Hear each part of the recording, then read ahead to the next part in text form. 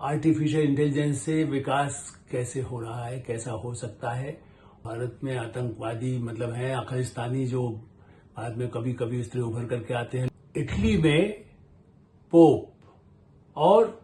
प्रधानमंत्री नरेंद्र मोदी।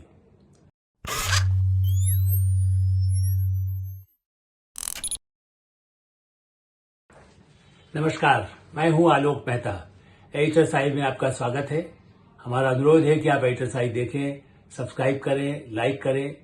अपने मित्रों को, ग्रुप्स को फॉरवर्ड करें और आपकी जो राय हो वो भी हमें अवश्य बताएं। इटली में पोप और प्रधानमंत्री नरेंद्र मोदी, कितना जोरदार है। लोग सोचते हैं G7 देशों समूह का जो सम्मेलन है, शिखर सम्मेलन, दुनिया के संपन्नतम देश, और उनके शिखर सम्मेलन में ये पहला अवसर है जब भारत के प्रधानमंत्री नरेंद्र मोदी भी हैं और दुनिया में एक समय में एक तरह से कह सकते हैं कि राजनीति पर भी जिनका कभी प्रभाव माना जाता था, पोप, ईसाई धर्म समुदाय के पूरे विश्व के गुरु पोप फ्रांसिस इस समय जो है वेटिकन सिटी में, आप जिनका एक अलग ही सत्ता जिसको मानी जाती है, उसको एक अलग ही, आप जब वहां एंट्री करते हैं तो आपको पासपोर्ट दिखाना पड़ता है उन्हें विदेशी होने पर। वो पोप भी उस सम्मेलन में है जहां प्रधानमंत्री नरेंद्र मोदी निमंत्रित थे और उसके साथ साथ उनको दिखाया गया आर्टिफिशियल इंटेलिजेंस से विकास कैसे हो रहा है, कैसा हो सकता है, और चीन की चुनौतियां आर्टिफिशियल इंटेलिजेंस में, जिस तरह हथियारों के सौदागर के रूप में चीन जो काम करता है, दुनिया में कहीं कहीं तबाही कोविड की तरह से जैसा किया गया था कोरोना में, वैसे ही किस तरह से उसके हथियारों में आर्टिफिशियल इंटेलिजेंस का भी उपयोग कर सकता है। लेकिन पोप और प्रधानमंत्री नरेंद्र मोदी शांति के, विकास के, पूरे मानव समाज के हितों की बात करने के लिए वहां पर है। आप और चर्चाएं सुनते होंगे, इसीलिए मैंने ऐसा मुद्दा छेड़ा है जो दूसरों से, जो राजनीति है उससे भी थोड़ा और अधिक महत्वपूर्ण है। क्योंकि धर्म कोई भी हो, और जो प्रधानमंत्री नरेंद्र मोदी को हिंदुत्व के विचारधारा को लेकर यहाँ की पार्टियां जो करती रही, लेकिन केरल और तमिलनाडु में भी उन्होंने अपनी उपस्थिति जिस तरह चुनाव में दर्ज कराई, उड़ीसा में जिस तरह से सफलता लोकतंत्र की प्राप्त कर भारतीय जनता पार्टी को भी प्रधानमंत्री नरेंद्र मोदी के नेतृत्व में जो विजय मिली है, तो इसलिए आप ये कहिए, एक समय ऐसा रहा है जब हम लोग कहते थे ईसाई मिशनरियां भारत में, उनमें जो घुस कर कुछ आ जाते हैं, वो धर्म परिवर्तन कराते हैं, उससे नुकसान होता है। लेकिन ऐसे अंतर्राष्ट्रीय मंच पर जहां सद्भावना की बात हो, शांति की बात हो, आर्थिक विकास की बात हो, समाज के संपूर्ण कल्याण के लिए, समाज में पूरे विश्व समझ आए, उसके कल्याण पर जब चर्चा हो, तब भारत की महत्ता समझ में आती है कि भारत में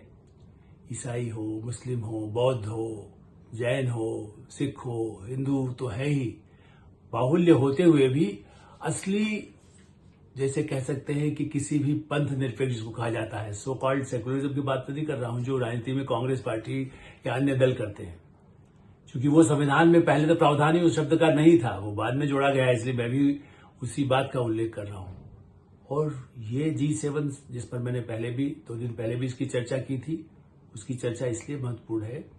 कि इस समय दुनिया एक बड़े सामाजिक, आर्थिक, राजनीतिक, सामरिक और युद्ध के बादलों के बीच में सब कुछ चल रहा है दुनिया में। इससे संकट पर्यावरण को लेकर के तो है ही, जिस तरह से आग उगल रही है जमीन भरती, पर्यावरण संकट की बात, इसके साथ ऊर्जा की बात, जल प्रबंधन की बात, वो सब विकास के मुद्दे पर तो संयुक्त राष्ट्र से लेकर के दुनिया भर में चर्चा होती है। लेकिन इस समय क्यों महत्वपूर्ण है, आप देखिए इजराइल और गाजा में जिस तरह से चल रहा है, जिस तरह से तबाही हो रही है युद्ध की विभीषिका से, उसी तरह से यूक्रेन पर जिस तरह से रूस की बमबारी हो रही है। और भारत ऐसा देश है, मैं दोबारा इसलिए बात को जोर देकर कह रहा हूं,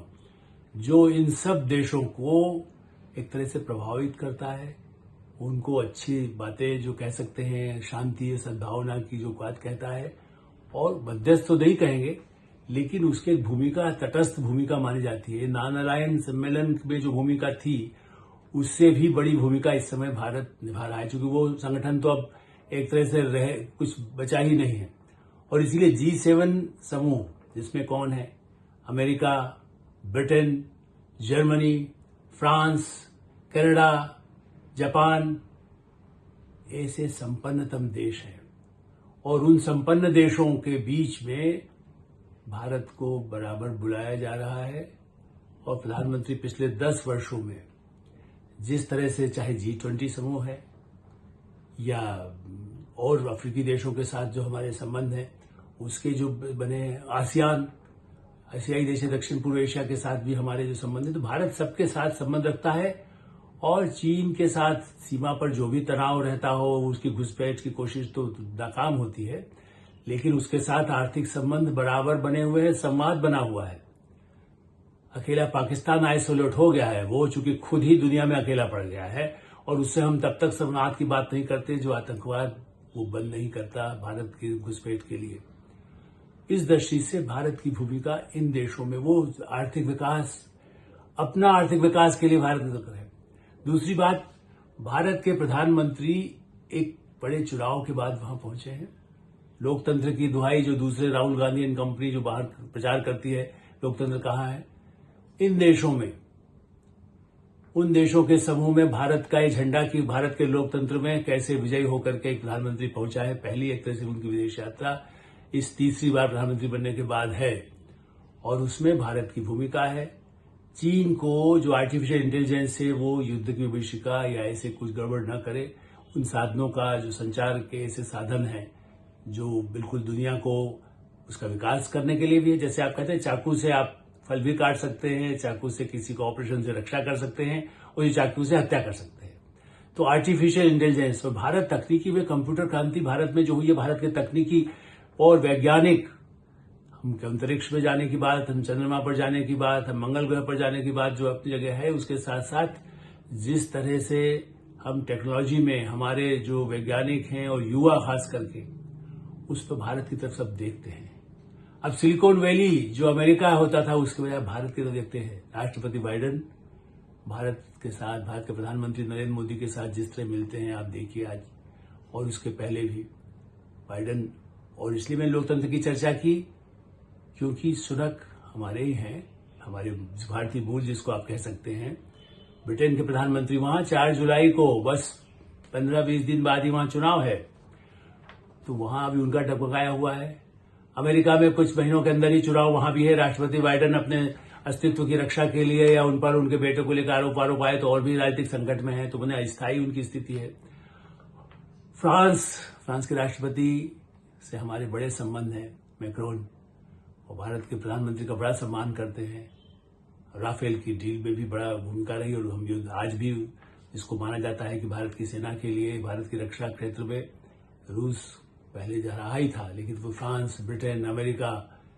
जर्मनी सारे देश भारत के साथ संबंध बढ़ा रहे हैं। हमारे यहाँ रक्षा की फैक्ट्रियां जो डिफेंस की फैक्ट्री आने की बात है, हम कहते हैं यहीं पर बढ़ाएंगे, उसमें भारत फ्रांस साथ है। और कनाडा, मैंने जो नाम गिनाए, कनाडा को मैं इसलिए किनारे कर रहा हूं, कनाडा जो बार बार जिस तरह से ट्रूडो हमारे बारे में भारत के खिलाफ कुछ टिप्पणियां कर देते हैं और भारत में आतंकवादी मतलब है खालिस्तानी जो भारत में कभी कभी इस तरह उभर करके आते हैं, लेकिन कनाडा में जो पनाह लेकर के वहीं से, वहां तो मंत्री भी एक को बना दिया गया था खालिस्तान समर्थक, तो भाई वहीं पर खालिस्तान वो बना ले, इसलिए कुछ कड़वी बातें भी कनाडा के ट्रूडो को संदेशों के जरिए कूटनीतिक माध्यम से पहुंची है। लेकिन जब आमना सामना होता है, पिछली बार भी उनको आईना दिखाया गया था दिल्ली में जब G20 में आए, और इस बार भी ऐसा नहीं है कि ट्रूडो को नहीं बताया जाएगा। और अमेरिका भी कभी कभी, कनाडा तो उसी का है, पिछलग्गू देश है, छोटा देश है, जमीन ज्यादा है, लेकिन उसके पास आबादी के हिसाब से और भारत पर बहुत उसकी निर्भरता उसकी भी व्यापार की रही है, लेकिन फिर भी वो बीच में अपने वहां पर, हमारे वहां ज्यादा संख्या ऐसे लोगों की है जो खालिस्तान के भी समर्थक है कि तो स्वतंत्रता के नाम पर, ये जो अमेरिका और कनाडा में स्वतंत्रता के नाम पर आतंकवादियों को, ओसामा बिन लादेन को अमेरिका ने झेला 9/11, उसके बाद भी अरे भारत ने शंका, भारत कहता है सबूत दीजिए कि हमने किसी हत्या के लिए जो आपके यहां बैठा है अमेरिका में पन्नन, उसको मारने के लिए षड्यंत्र हुआ। अब आप उस षड्यंत्र के आरोप लगाते रहे, लेकिन उसका या कनाडा में की हत्या हुई किसी की, तो ट्रूडो, उनकी सरकार, उनकी एजेंसियां भारत में भी आकर के जांच कर रहे हैं हमको, हम यहां से संबंध था, यहाँ के राजनयिक या यहाँ के किसी व्यक्ति ने हत्या में उसका हाथ रहा है। आपके यहां हुआ, सबूत देंगे नहीं, अंतर्राष्ट्रीय अदालत भी सबूत मांगती है, भारत की अदालत ही नहीं, दुनिया की अदालत सबूत मांगती है। ऐसे मिस्टर ट्रूडो, उनको समझना होगा कि भारत का लोकतंत्र बहुत शक्तिशाली है, वैसा नहीं है। अभी तक हम कोई जवाबी ऐसी कार्रवाई नहीं कर रहे हैं कि कनाडा में वहां पर कोई एक अलग देश बनाने के लिए, वही खालिस्तान वहीं पर बनाने के लिए लोग भेज दी जाए। आप तो बहुत उदार लोकतंत्र वाले बात है ना, तो अपने यहाँ का हिस्सा, जमीन बहुत बड़ी है वहां पर उनको। लेकिन चलिए, वो तो एक विवादास्पद मुद्दा है। लेकिन अमेरिका, फ्रांस और इटली, मैंने आपको शुरुआत में इसलिए फिर कहा कि हम उनका नाम लेते, कहते आप मित्र हैं वहां, इसलिए G7 बैठक में गए। देखिए, जिस तरह से मेलोनी, जिस तरह से भारत के प्रधानमंत्री की प्रति जितना सम्मान दिखाती हैं, आपने वीडियोस देखे होंगे जब G20 हुआ या और सम्मेलनों में भी, जितने उत्साह के साथ वो मिलती हैं। महिला होने के नाते बहुत प्रभावशाली और बहुत लोकप्रिय है। देखिए, हाल के चुनाव में, यूरोपियन चुनाव में भी या वैसे भी, वो उनको 21% से अधिक होने से वो सत्ता में है, उनको जो समर्थन मिला हुआ है। तो यूरोप में देखा जाए तो यूरोपीय देश, ब्रिटेन को अलग यदि रखे, क्योंकि आजकल यूरोपीय संगठन है, इसलिए जो यूरोपीय संसद के चुनाव में ही तो और सब जगह गड़बड़ हुआ। जर्मनी के चांसलर वो परेशान हैं, उनसे जो राय भिन्न रखते हैं वो अलग, वो मतलब वो उनका सफलता मिल रही है तो उनको एक संकट बना हुआ है। फ्रांस के राष्ट्रपति, इसीलिए चूंकि वहां पर उनके हट करके जो गुट और समूह हैं उनको सफलता मिल गई यूरोपीय संसद में। ब्रिटेन निश्चित रूप से वहां लेबर पार्टी इस समय बहुत दबाव में है, कंजर्वेटिव पार्टी को वो मतलब एक तरह से दबाव बनाए हुए हैं लेबर पार्टी, और अभी तक के जो सर्वे है उसमें कहा गया लेबर पार्टी जीत भी सकती है। तो कंजर्वेटिव पार्टी होते हुए भी, जबकि दुनिया में राइट विंग आगे बढ़ रहा है, लेकिन ब्रिटेन में तो एक नया संकट है कि वो लेबर पार्टी अपनी शर्तों पर, चूंकि कंजर्वेटिव पार्टी जितना ही करे, प्रधानमंत्री सुनक वैसे लोकप्रिय रहे हैं, कई निर्णय उन्होंने बहुत अच्छे किए कल्याण के, उसके बाद भी चुनाव होता है, उन पर संकट है। भारत के प्रधानमंत्री की तरह नहीं दोबारा वो चुनाव में आ सकते हैं, ऐसा लग रहा है। तो ये सब देशों से जो वार्ताएं हो रही है, उससे भारत में कितने बड़े पैमाने पर पूंजी निवेश विभिन्न राज्यों में हो, ऐसे जो कार्यक्रम हैं जो मिलकर के किए जा सकते हैं, व्यापार, और चीन पर अंकुश हो, उसने जो दबाव बनाया हुआ है दुनिया के व्यापार मंडल पर। इसीलिए इससे पहले, एक दिन पहले जो बैठक हुई थी, जिसमें भारत नहीं, चूंकि अब तटस्थ रखता है, रूस से हमारे संबंध है, चीन से संवाद है, लेकिन उस बैठक में जिस तरह से यूक्रेन के लिए अमेरिका ने $50 अरब, $50 बिलियन की सहायता की घोषणा की, और ताकि उनको राहत मिले, और बल्कि वैसे तो युद्ध सामग्री उसका उपयोग होता है बचाव के लिए भी, लेकिन नाश भी जो हो रहा है उससे बचाव के लिए उनको चाहिए वापस लोगों को जीने के लिए या लड़ने के लिए। ये भी एक अमेरिका का एक डबल रोल जिसको कह सकते हैं कि कभी वो